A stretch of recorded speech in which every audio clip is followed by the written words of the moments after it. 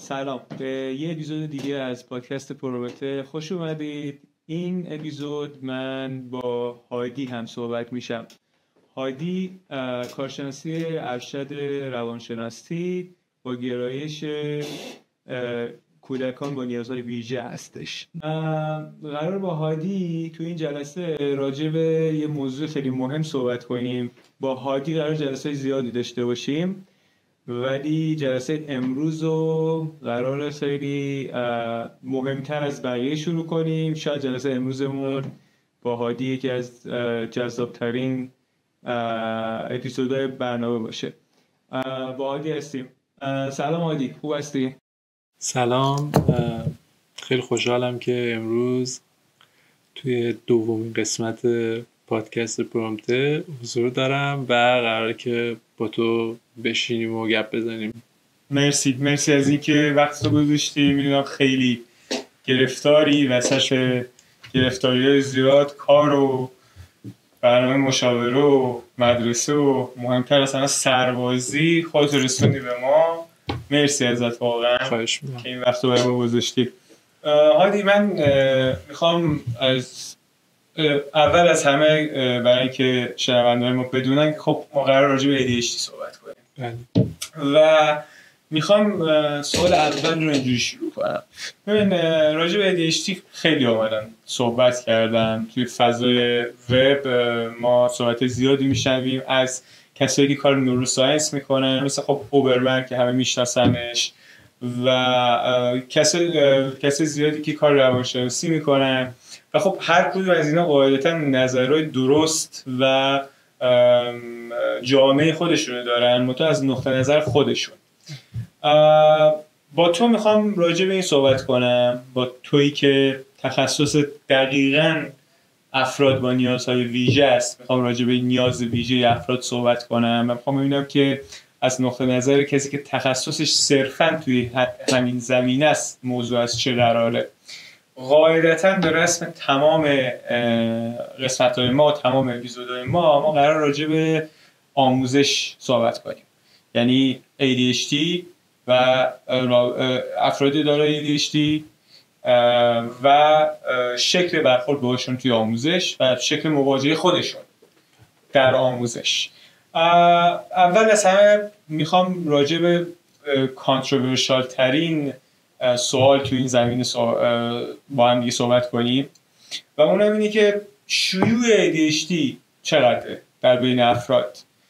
و خب خیلی مسئلهشون اینه که این شیوع خیلی پایین تر از اون چیزی که ما ببینیم. هر کسی مشکل عدم توجه داره به خودش برند ADHD میزنه. میخوام ببینم که این خود تشخیصی ADHD چه تأثیری داره در شناخت ما از این موقعیت.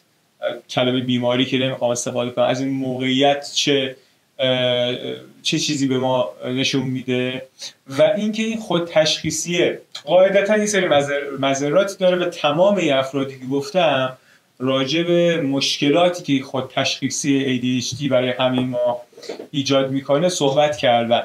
میخوام یه مقداری راجع به همین مشکلات صحبت کنی که خود تشخیصی چه مشکلاتی برای ما ایجاد میکنه، ولی میخوام من و تو راجع به یه موضوع جدیدتر هم با هم صحبت کنیم که این خود تشخیصی به خودی خود مسئله مشکل داریه یا اساساً چیز بدیه یا اینکه یک کمک هایی باز به آموزش دهنده میتونه بکنه توی کلاس. من که بیشتر از این حرف نمیزنم، بریم سراغ جواب تو. خیلی خوب. ببین، معذرت برای اینکه بیایم در مورد این مقوله صحبت بکنیم، قضیه ADHD رو بازش کنیم، باید اول ببینیم که ADHD چی هست اصلا. یعنی اینکه حالا در مورد این قضیه صحبت کردی که خیلی ها میان توی فضای وب دارن در موردش صحبت میکنن. ما باید ببینیم که آیا همه ما یه تعریف مشابه و یکسانی رو از ADHD داریم. برای اینکه خب بیننده های ما میبینن شاید اونطور تخصصی آشنا نباشن، میخوام اول در مورد این صحبت بکنم که خب ADHD چیه. ADHD یکی از در حقیقت در شاخه اختلالات عصبی رشدی نورو دیولپمنتال قرار میگیره و خب از اسمش هم معلومه، یعنی attention deficit hyperactivity disorder. دو بخش داره، یعنی قبلا باور بر این بود که مثلا این بچه ها رو کلن بهشون میگفتن بیش فعال، ولی خب اون چیزی که توی تکست بوک ها ما داریم اینه که یک قسمت نقص توجه داره و یک قسمت هایپر اکتیویتی داره. حالا که خب اینا هر کدومشون در حقیقت نشانه های مختلفی دارن که تکست بوک های ما بهش اشاره میکنن. حالا اهم از توی قسمت در حقیقت نقص توجه ما مشکلات تمرکز رو داریم و توی قسمت هایپر اکتیویتی مشکل عدم کنترل هیجانی رو داریم و در حقیقت آروم نگرفتن رو داریم که خودشون حالا مواردش زیاده، از حوصله بحث خارج، بحث تخصصی بالینیه که بهش میپردازیم و خب اینها هر کدومش بعد توی در حقیقت باید ببینیم که تایمی که فرد مبتلا به این اختلال این نشانه ها رو داره چقدر. یعنی در حقیقت صراحتاً اشاره شده که حداقل 6 ماه باید مثلا 6 تا از این نشانه ها رو داشته باشه، 6 تا از این ملاک ها رو داشته باشه به مدت 6 ماه. نه اینکه هر کسی که مثلا حالا اومده 1 ماه مشکل تمرکز داره میاد ADHD دارم مثلا. این یعنی میخوام بگم که تشخیص این که ADHD چه کسی دارد و چه کسی ندارد یک بحثیه که خیلی باید دقیق رخ بده. بعدش یه قضیه دیگه هم هست برای تشخیص ADHD توی افراد. ما باید یعنی اون چیزایی که خود تکست بوک ها بازم به ما گوشزد میکنن اینه که این تشخیص باید قبل از 12 سالگی صورت بگیره. یعنی نمیشه که شما نشانه های ADHD، اون ملاک هایی که برای تشخیص لازم هست رو نداشته باشی مثلا تا قبل از 12 سالگی، یا 20 سالگی بیای بگی که من مبتلا به ADHD شدم. همچین چیزی اصلا خیلی نادره. درسته که حالا غیر ممکن چیزی وجود نداره، ولی نادره که واقعا باید قبل از 12 سالگی حالا توسط والدین، توسط معلما این نشانه ها دیده بشه توی فرد تا بعد حالا درسته شاید در بزرگسالی هم همراهش ادامه داشته باشه، باهاش همراه باشه، ولی باید تا قبل از 12 سالگی وجود داشته باشه که ما بتونیم تشخیص ADHD برای کسی داشته باشیم. یعنی بخوام دقیق سوال بپرسم ازت، منظورت اینه که این نشانه ها از کودکی باید همراه فرد بوده باشه. ببین آره، تا بزرگسالی توی اون بازه ممکنه توی اتاق مشاور نرفته باشه و این تشخیص داده نشده باشه، ولی وقتی تو بزرگسالی مراجعه میکنه این نشانه ها باید تاریخچه‌ای داشته باشه. آفرین، خیلی دقیق گفتی. همون چیزی که من میخواستم بهت بگم اینه که آره باید از قبل تشخیصی وجود داشته، یعنی نه اینکه تشخیص توسط درمانگر، تشخیص توسط والدین که آقا آره بچه من توی کودکی این نشانه ها رو داشت و حالا ما بر اساس اونها میتونیم بگیم که آره احتمال داره که در حقیقت ADHD. حالا ما لفظ ADHD هم به کار میبریم. من بنا به آموزشی که از اساتید خودم دیدم ترم دقیق فارسیش میشه در حقیقت نقص توجه و فزون کنشگری که حالا برای اینکه راحت‌تر توی زبان میچرخه ما میگیم ADHD وگرنه که خب فارسیش استفاده کنیم خیلی بهتره.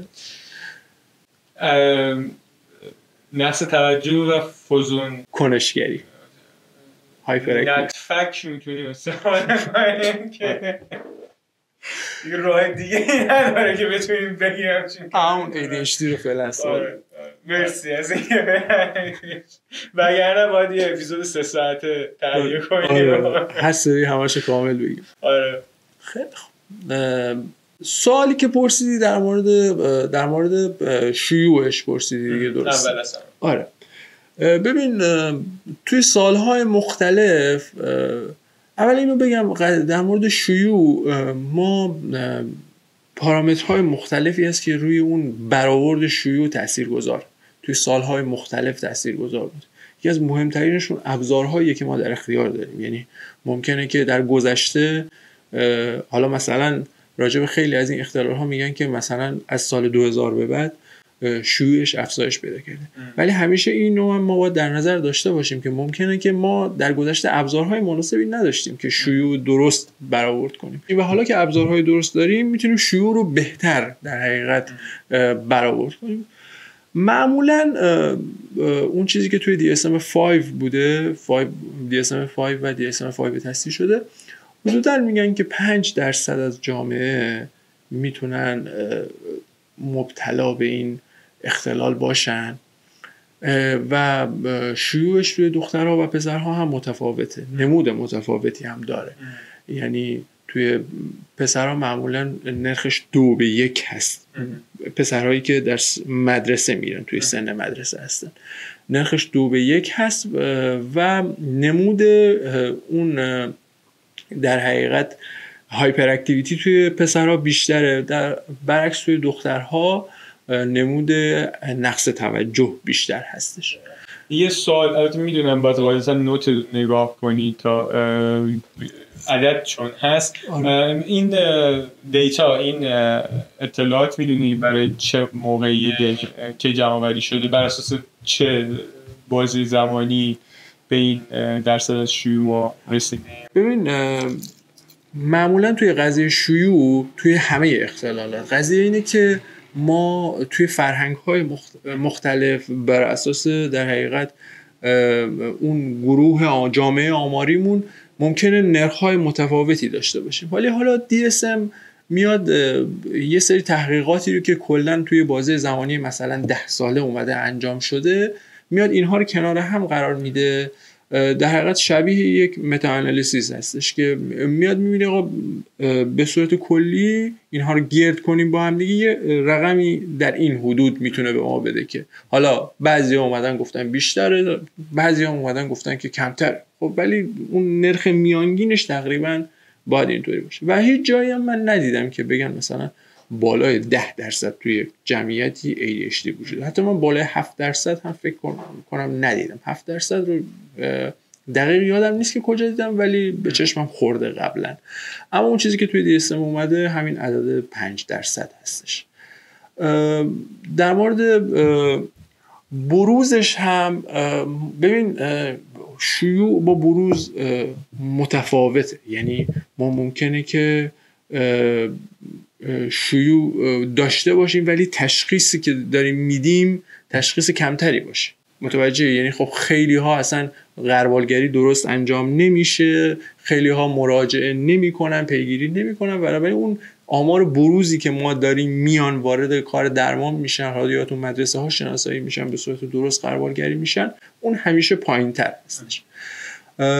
و همین نکته‌ای که تو در مورد حالا من توی کامیونیتی وب خودمون، کشور خودمون دارم میبینم اینطوریه که وقتی میری انگار نصف جامعه ADHD دارن، همه دارن در موردی که آره من ADHD دارم و یه جوری هم انگار با کلاس شده که همه آره با افتخار در موردش صحبت میکنن.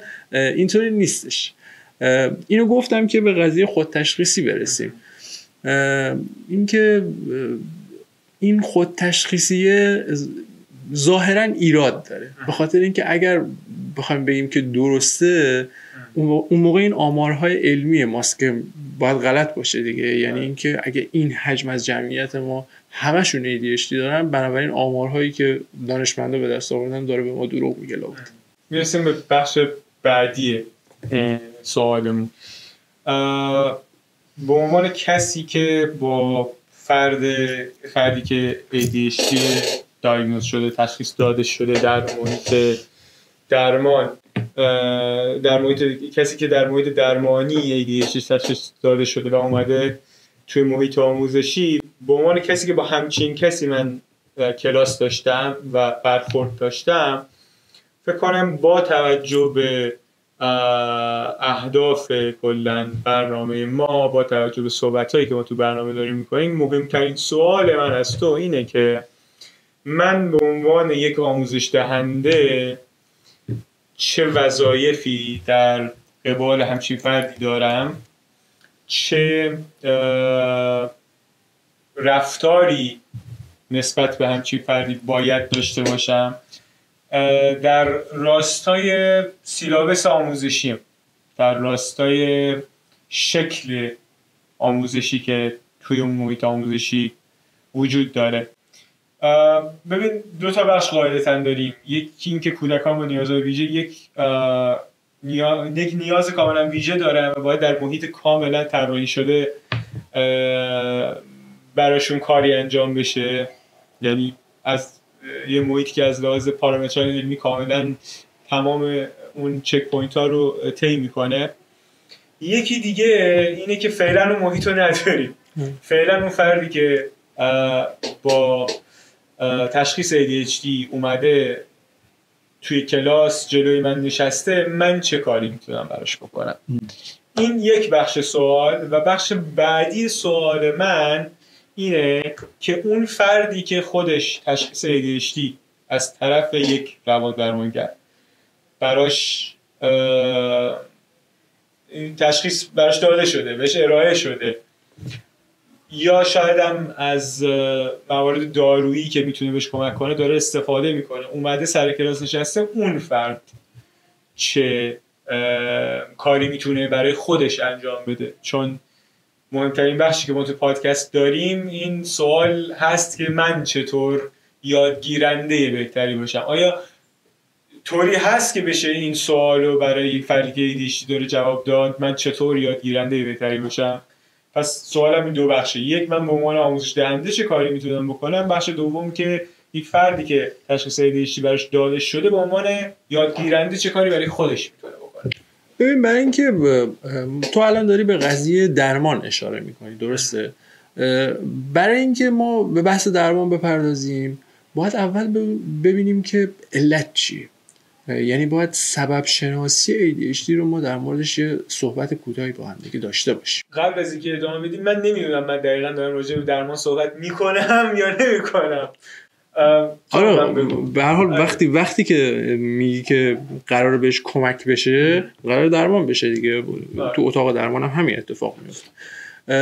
حالا برای اینکه بپردازیم که چیکار برای درمان باید چیکار کنیم، باید اول یه آشنایی بدیم اون که حالا مخاطبای ما هم بدونن که دلیل چی، از کجا نشأت میگیره این قضیه. توی سبب شناسی ADHD حالا دلایل مختلفی ذکر شده. از عوامل وراثتی در موردش صحبت شده، در مورد تراتوژن ها که غذای هنگام زایمان و آسیب های مغزی و اینها که رخ میده در موردشون صحبت شده. حالا همون قضیه وراثت هم در موردش بخوایم بپردازیم، توی دوقلوها آزمایش‌هایی که انجام شده نشون میده که وراثت تاثیر مطلوبی داره توی این قضیه و اثرگذار هستش. اما اون چیزی که من میخوام بهش بپردازم شخصا و حالا خودم هم توی دوره کارشناسی ارشد جزو موضوعات مورد علاقه‌ام بود و حتی توی پایان نامه‌ام هم روی این قضیه کار کردم، کارکردهای مغزی. توی بچه‌های ADHD ببین ما یه قسمت‌هایی از مغز داریم. درسته که مغز یک کل یک پارچه است، ولی هر کدوم از این قسمت‌ها به نحو خودشون یعنی جدای از بقیه یک سری کارهایی رو هم انجام میدن. حالا با قسمت‌های مختلف مغز قطعا خودت آشنا هستی. اون چیزی که مهمه الان میخوام خیلی سریع بهش بپردازم لوب فرونتال و مهمتر از اون قسمت پری فرونتال هستش.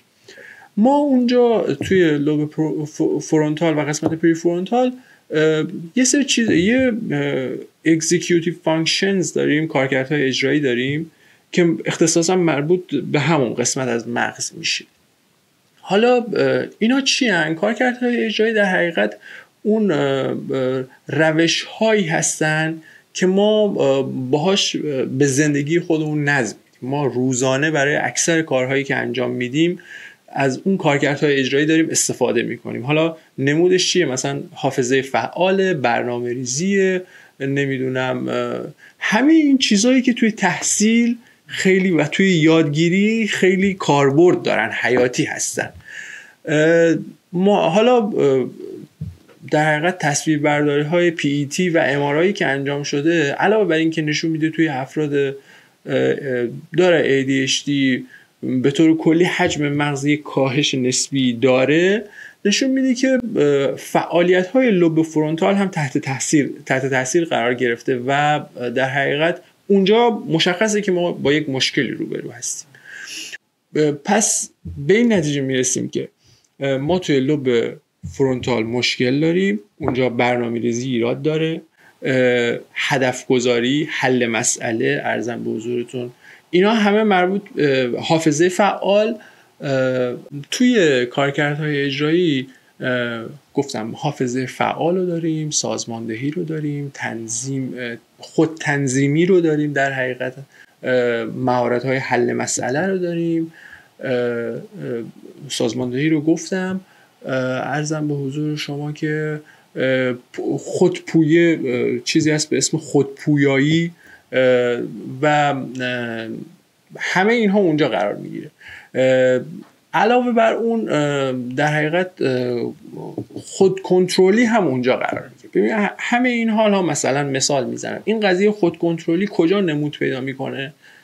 توی بخش هایپر اکتیویتی. یعنی بچه که توی کلاس درس میشینه اون موقعیت رو درک نمیکنه، یعنی اینکه من اینجا بشینم براش واضح نیست، پا میشه قدم میزنه این ور اون ور، یا مثلا میره خونه دوستی آشنایی فامیلی یهو میبینی که مثلا بالای یخچال رفته وایساده. این از کجا داره آب میخوره؟ خود کنترلی وجود نداره، کنترل تکانه ای نداره، این به هر چیزی که فکر میکنه همون لحظه بهش عمل میکنه. حالا اون قسمت که در مورد نقص توجهه کجا چیز داره؟ توی قسمت حافظه فعال. وقتی حافظه فعال مشکل داشته باشه ما در قضیه توجه به مشکل میخوریم. و یه سری مهارت‌هایی مثل مهارت سازماندهی کجا به درد میخوره؟ توی تحصیل به درد میخوره. چرا این بچه‌ها اکثرا توی تحصیل به مشکل میخورن؟ فقط به خاطر این نیست که بچه بازیگوشه، به خاطر اینکه مهارت رو نداره. اون مهارت سازماندهی که یک کارکرد اجرایی مهم هست رو نداره، مهارت برنامه‌ریزی رو نداره که بشینه فکر بکنه که حالا برای اینکه این درس رو یاد بگیرم بشینه برنامه بریزه. این مهارت رو نداره.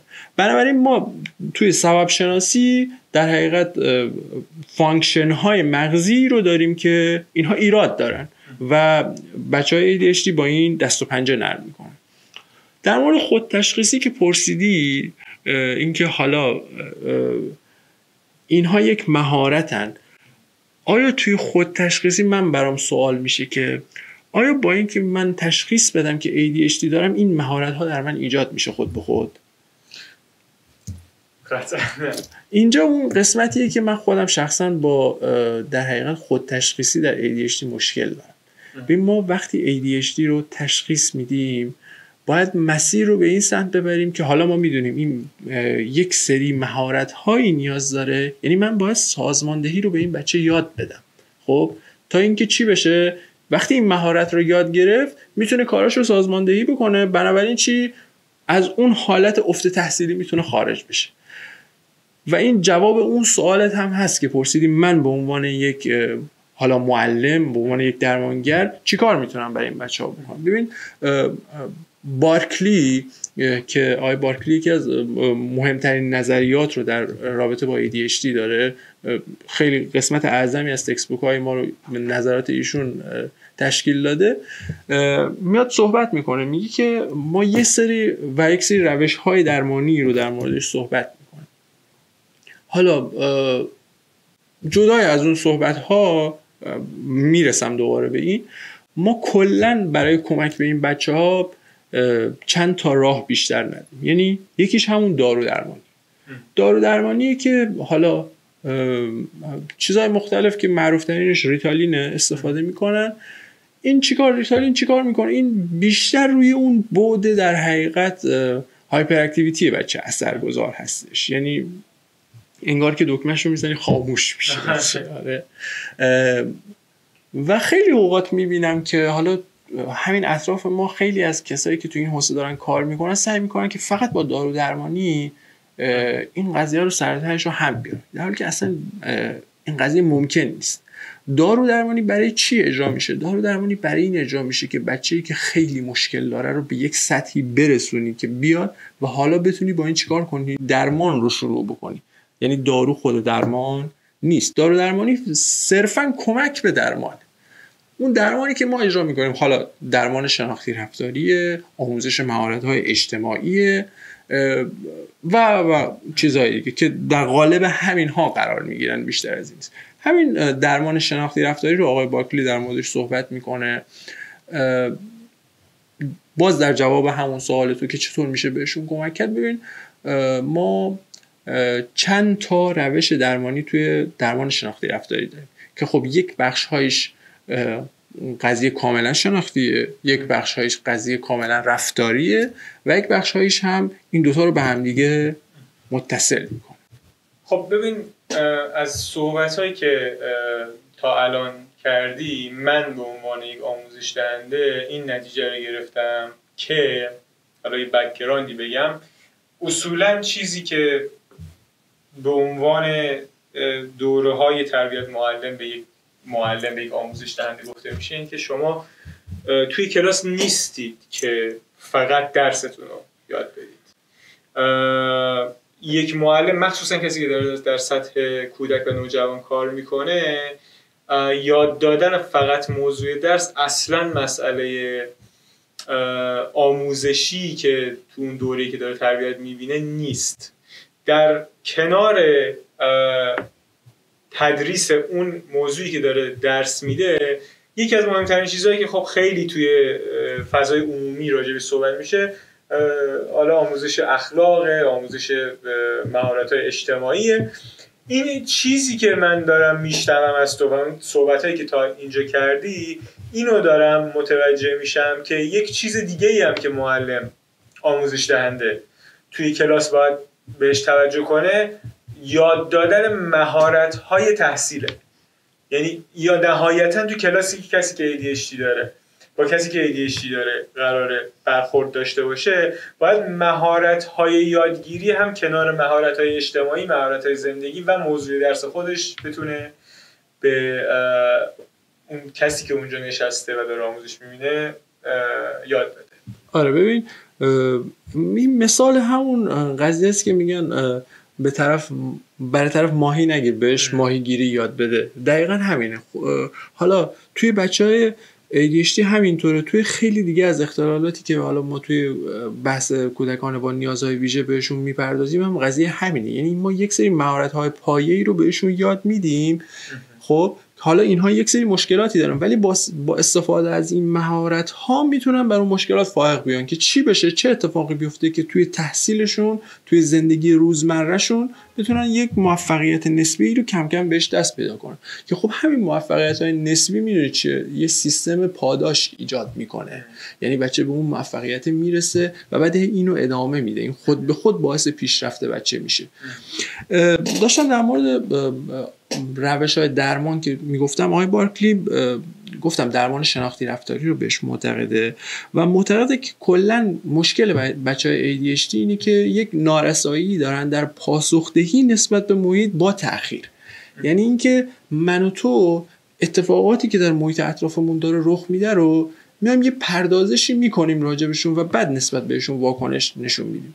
خب ولی توی بچه‌های ADHD چون این بازداریه وجود نداره، بلا فاصله بدون تأخیر میخوام به همه این محرک‌ها واکنش نشون بدن. حالا میخواد همزمان بازی بکنه، میخواد همزمان چه میدونم حرف بزنه، میخواد همزمان از دیوار بره بالا، همه این کارا میخواد با هم انجام بده. یعنی هر چیزی که در اون محیط قرار داره براش جذابه، میخواد بهش بپردازه. خب نارسایی توی در حقیقت مهارت و نارسایی توی عمل کرد، یعنی این مهارت رو نداره، ولی خب ما نمیتونیم بگیم نارسایی مهارت، ما باید بگیم که چی؟ نارسایی عمل کرده، چون چیزی که ما داریم نمودیه که دارم و اون نمود چیه؟ همون عمل کردش. حالا ما یه سری راهبردهای مختلف داریم، راهبردهای شناختی که به صورت مکتوب در موردش صحبت شده.